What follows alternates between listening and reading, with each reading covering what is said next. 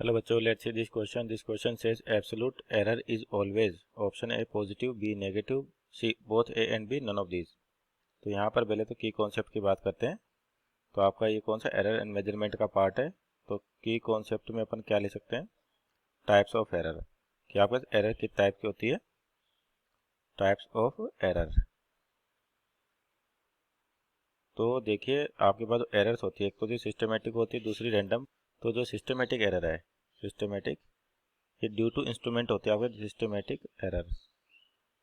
तो ये किसके कारण होती है, due to instrument, due to instrument.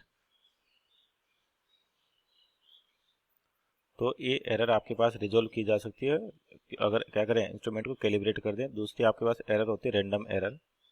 तो जो रैंडम एरर है, ये ड्यू टू सराउंडिंग और ह्यूमन ऑब्जर्वेशन की वजह से आपके पास जनरेट होती है। और सडन एरर है, इनका पता नहीं लगता भाई आपके पास जब भी कोई एक्सपेरिमेंट करते हैं कि एरर जनरेट हो चुकी है।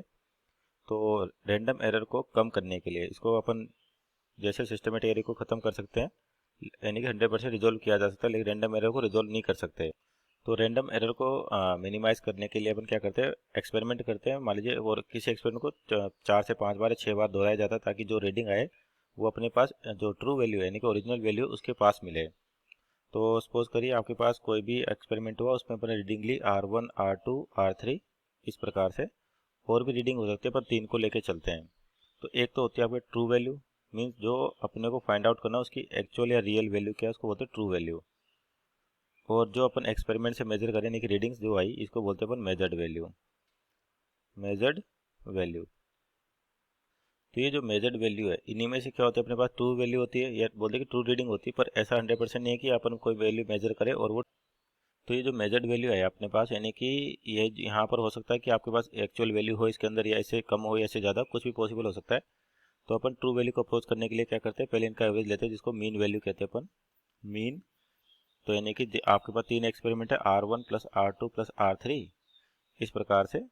और इसका एवरेज लिया अपन ने डिवाइड बाई 3। तो मान लेते हैं ये आया आपके पास R डैश। तो ये जो R डैश आ रहा है ना, कि मीन वैल्यू आ रही है, ये ट्रू वैल्यू के पास हो सकती है, उससे ज़्यादा भी हो सकती है, उसके कम भी हो सकती है। नहीं क्या होगी, जो मीन वैल्यू आ रही है इसको अपन क्या मान के चलते हैं भाई, ट्रू वैल्यू है। और आपके पास जो एरर जनरेट हो रही है, कितनी एरर जनरेट हो सकती है, तो इस एरर को कहते हैं अपन एब्सोल्यूट एरर, एब्सोल्यूट एरर। तो एब्सोल्यूट एरर यानी कि डेल्टा R1। तो डेल्टा R1 क्या बताएगा कि जो आपके पास ट्रू वैल्यू आ रही है, यानी कि मीन वैल्यू में से क्या करें अपन, जो अपन मेजर्ड वैल्यू, इनको सबट्रैक्ट कर दें।